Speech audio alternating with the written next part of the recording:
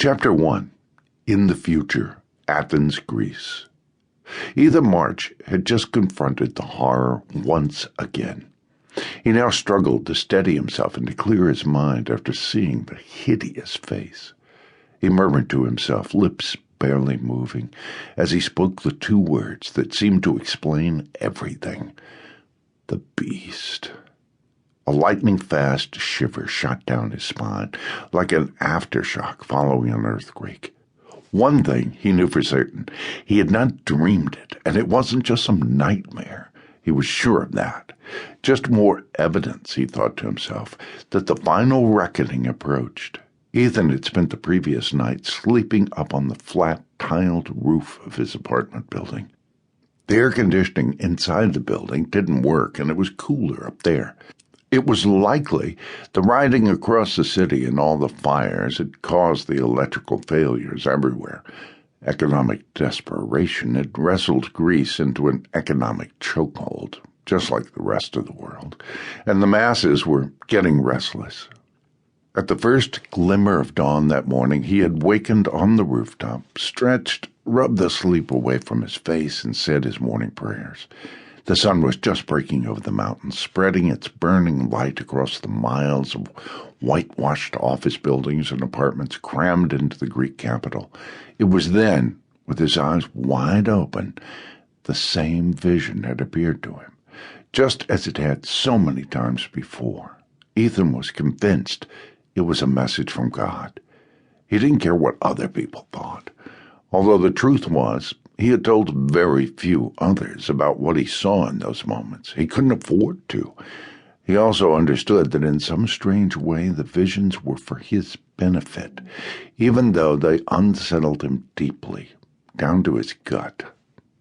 Each time the sequence was the same. The image of a handsome man would appear to Ethan out of nowhere, but those features would linger only momentarily and would quickly disappear like a morning fog evaporating in the sun. And then suddenly, in one great sickening jolt, there would come another face, a repulsive, red-eyed creature. A moment later, it would all be over. The vision would leave Ethan drenched with a sense of dread and wondering why, out of everyone in the human race, he'd been chosen to encounter the image of that grotesque creature over and over again. Ethan was still up on the flat rooftop, and now his eyes searched the four corners around him. He had to be ready for nasty, unannounced visitors, like the violent men who were probably at that very minute scouring the city for him, tracking him down. But today he was expecting his buddy, Jimmy Lauder, who was supposed to arrive any moment now. Lauder was one of the most trusted men in Ethan's Remnant group, the underground network struggling to survive in this new order of things. Like Ethan, Lauder had once been an Air Force pilot, but he was several years older.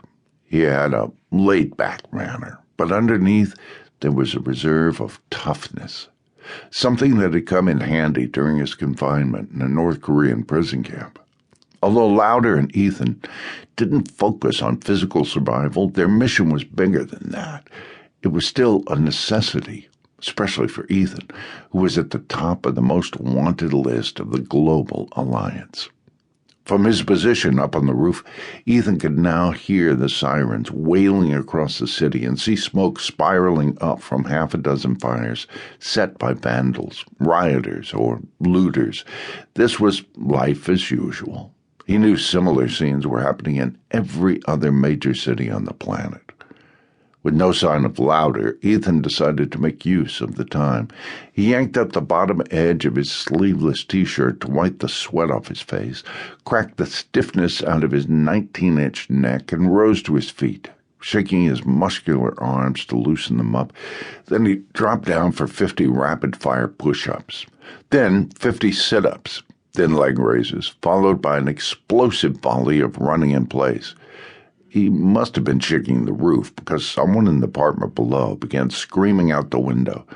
Ethan understood a little Greek, and he knew the man downstairs was yelling for him to stop. He was shouting a few other choice things, too. Ethan smiled.